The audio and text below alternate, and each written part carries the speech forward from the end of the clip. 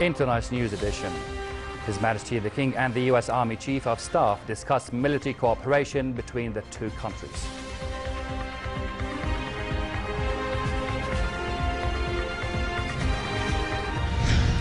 European Union officials are preparing to push EU governments to take in many more asylum seekers as the plight of refugees deepens further. And a top Iranian official discusses with the Syrian president Tehran's initiative on a peaceful settlement in Syria. Good evening and very warm welcome to the news. His Majesty the King met Chief of Staff of the U.S. Army, General Mark Milley, who's on a visit to discuss military cooperation between the two countries. The meeting was attended by the King's military advisor and Chairman of the Joint Chiefs of Staff, General Mashal Zebin, the King's Office Director, and the U.S. Ambassador. The King's military advisor also discussed with the U.S. Chief of Staff ways and means of enhancing cooperation between the armed forces in the two countries. Prime Minister Abdullah Mansour said Jordan has maintained close ties with the Gulf Cooperation Council GCC states based on mutual respect. Deputizing for His Majesty the King, Mansour inaugurated the Gulf Jordanian Economic Communication Forum, which kicked off with the aim of stepping up economic engagements between Jordan and the GCC. He said the value of Gulf Arab investments in Jordan reached $40 billion by the end of 2014, spread over a host of productivity, service and industrial sectors. Mansour said that last year, the volume of trade between the GCC and Jordan stood at $5.7 billion, adding that Jordanian expatriates in the Gulf Arab nations had boosted the kingdom's economy with $3 billion. Mansour spoke about the dilemma of refugees in the kingdom, indicating the kingdom's population had reached 11 million, of which 1.4 million are Syrian refugees, 500,000 Iraqis, 45,000 Yemenis and 35,000 Libyans, in addition to over 2 million Palestinian refugees.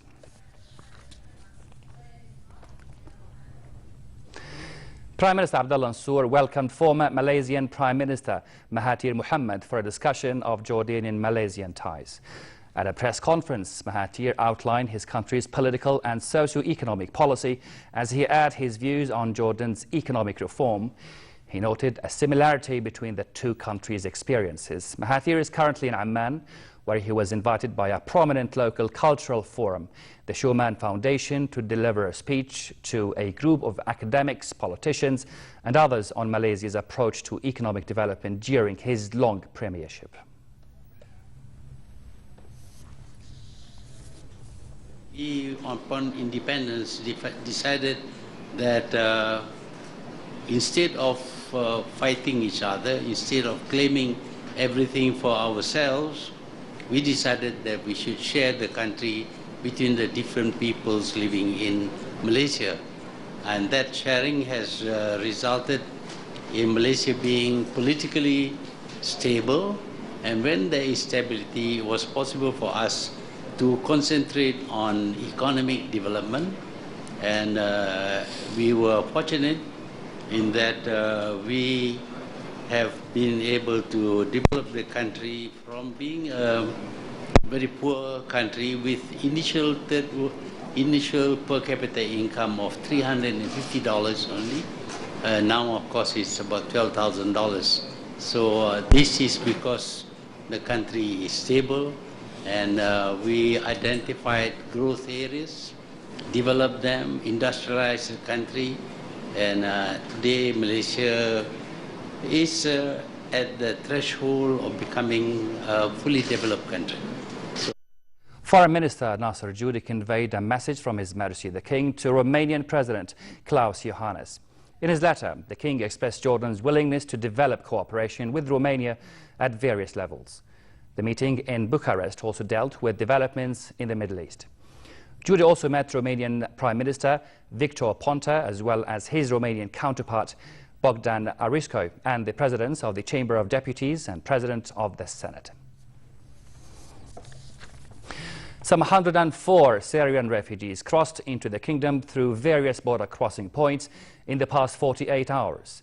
A military source said border guards provided the refugees, who are from various age groups, with the necessary aid before transferring them to refugee camps.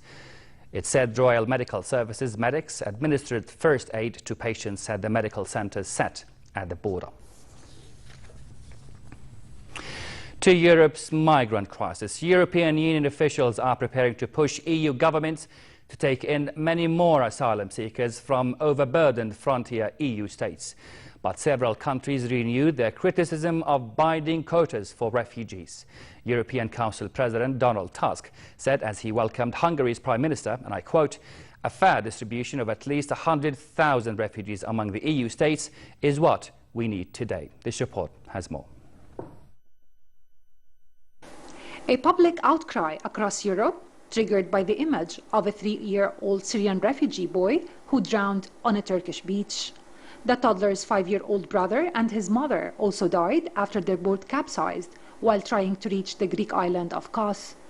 The family were among at least 12 presumed Syrian refugees, other young children among them, who died after 2 boats carrying a total of 23 people set off from the Akilar area of the Padran Peninsula. Europe remains split on how to address the plight of migrants who are pouring into the continent in their thousands. I call on all EU leaders to redouble their efforts when it comes to solidarity with the members who face this unprecedented migratory wave. Accepting more refugees is not the only but an important gesture of real solidarity. Fair distribution of at least 100,000 refugees among the EU states is what, in fact, we need today. Amid the chaos, France and Germany agreed to propose a permanent and mandatory system to take in refugees and asylum seekers, especially Syrians, in the European Union. We need to share out these asylum seekers, these refugees. I'm particularly talking about those from Syria, and Chancellor Merkel and I have proposed a permanent, compulsory mechanism. Greece said it will ask the EU for about 700 million euros to build infrastructure to shelter hundreds of refugees and migrants arriving on its shores daily. British Prime Minister David Cameron came under pressure to take in more refugees. Britain has granted asylum to about 5,000 Syrians who were able to reach the country by their own means since the start of the Syrian war. In addition, it has taken 216 people under a UN-backed relocation scheme for vulnerable Syrians. But a growing chorus of critics said more could be done within Britain. That is why Britain is the second biggest bilateral donor in the world to those Syrian refugee camps. And that is why, yes, we are taking thousands of Syrian refugees and will continue to do that. And as I said yesterday, we keep that under review. But as I also said yesterday, there isn't a solution to this problem that's simply about taking people. German Chancellor Angela Merkel said all EU member states had a duty to share the burden of taking on hundreds of thousands of refugees fleeing conflicts in Syria and elsewhere. Germany expects 800,000 refugees to arrive this year, 4 times the total for the whole of 2013. There is a duty to provide protection for people who need it, and the Geneva Convention does not only apply to Germany, but also to every European member state. As thousands are seeking refuge, Hungarian police halted a train packed with migrants bound for the Austrian border and tried to force them to disembark in a town with a detention camp. After shutting migrants out of the main train station in the capital Budapest for 2 days, authorities allowed exhausted and confused migrants to board a westbound train. The UN Refugee Agency said some 2,500 refugees and migrants are estimated to have died or gone missing this year trying to reach Europe. Khaled Ababne for the News at 10. Iranian Deputy Foreign Minister Hossein Amir Abdullahian met Syrian President Bashar al-Assad in Damascus to discuss Tehran's initiative on a peaceful settlement in Syria. Iran, which like Russia has provided Assad with military and financial backing, said it would present the United Nations with its own peace plan for Syria. At a news conference that followed the meeting, Syrian Deputy Foreign Minister Faisal Miqdad said Damascus was still waiting for clarification from the UN envoy on Syria, Staffan de Mistura, on the United Nations initiative to settle the conflict. Miqdad also made comments on the migrant crisis in Europe and accused Turkey of fueling up the crisis by encouraging migrants who sought refuge in Turkey to travel to Western Europe. Turkey hosts close to 2 million refugees from Syria.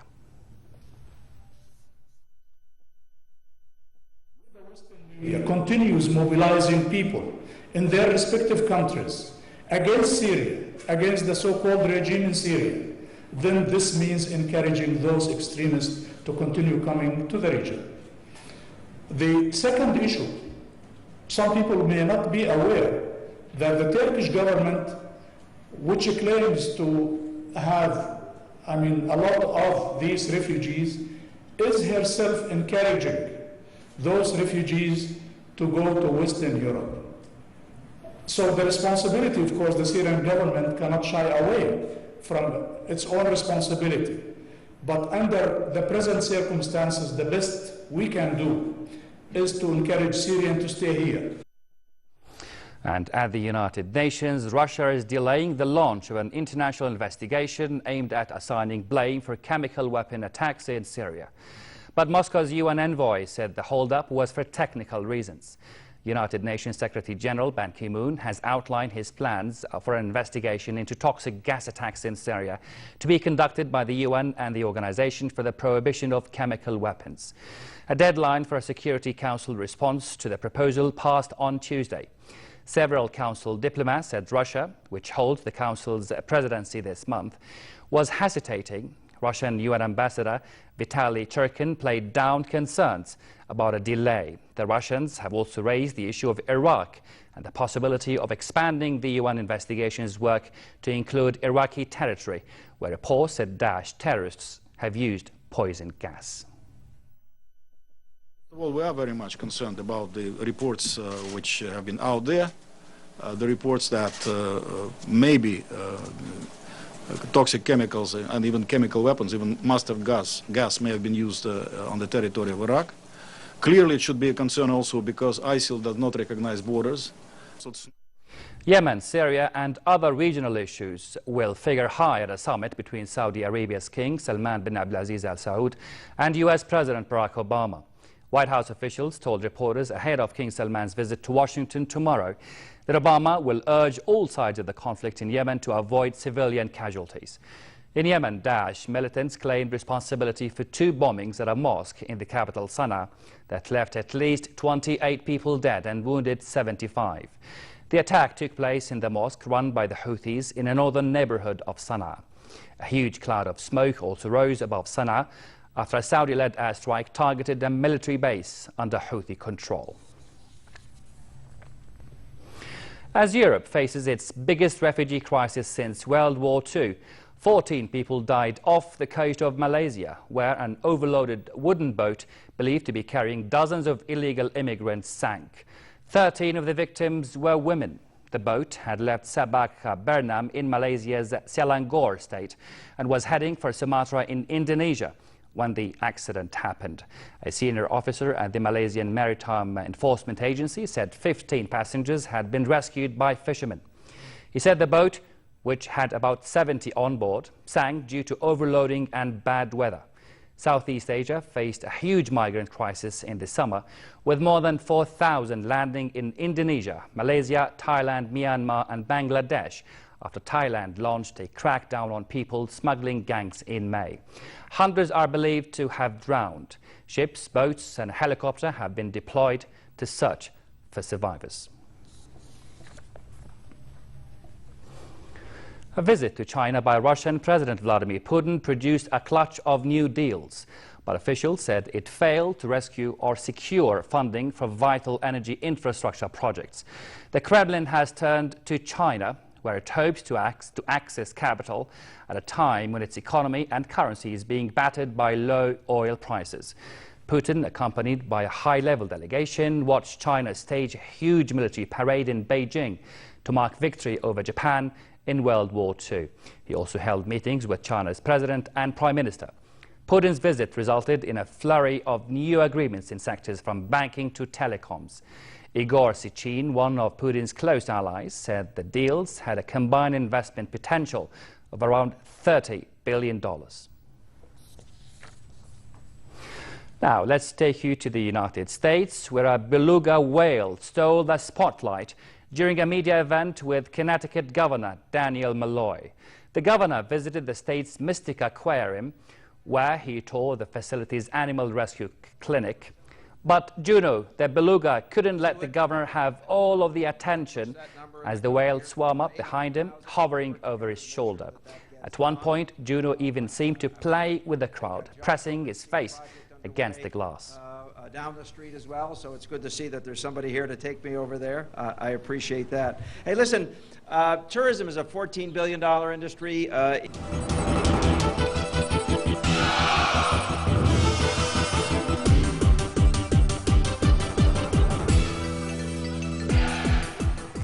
Serena Williams took her second step in a drive to complete the calendar year Grand Slam at the US Open. She beat Kiki Bertens of the Netherlands 7-6, 6-3 despite 10 double faults, including 8 in the opening set of the second round match. Williams would be the first woman in 27 years to win all 4 Slam singles titles in the same year. She's aiming to join Maureen Connolly 1953, Margaret Court 1970 and Steffi Graf 1988 as the only female Grand Slam winners.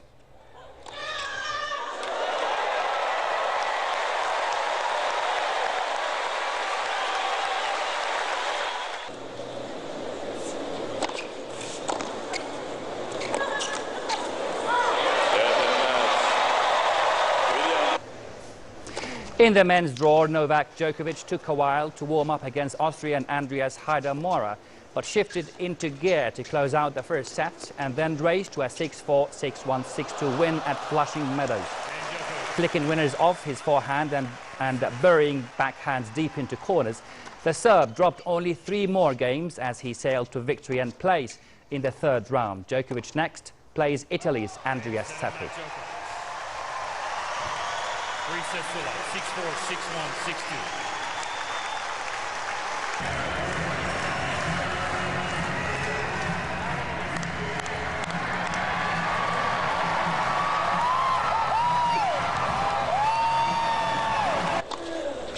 Also in the tournament, Croatian Marin Cilic cruised past Russian Evgeny Donskoy 6-2, 6-3, 7-5 to book a place in the third round.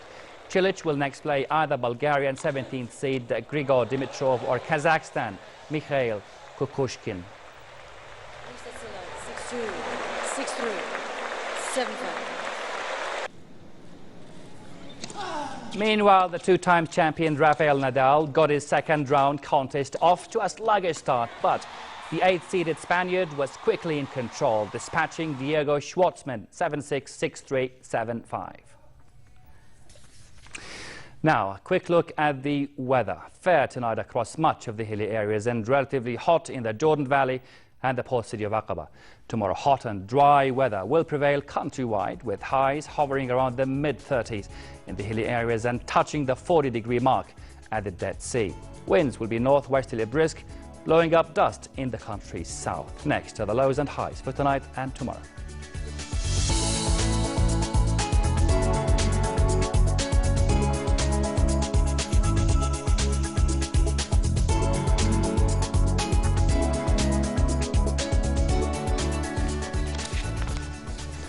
To close our top stories once again. His Majesty the King and the US Army Chief of Staff discussed military cooperation between the two countries.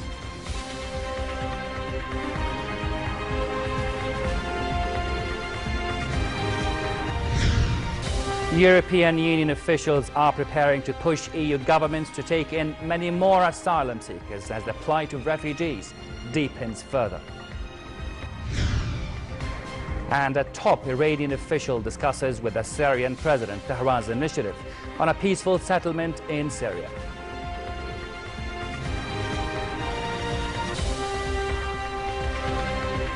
And that's the end of tonight's news. My name is Raad Lapouche. Thank you so much for your time. Have a good night.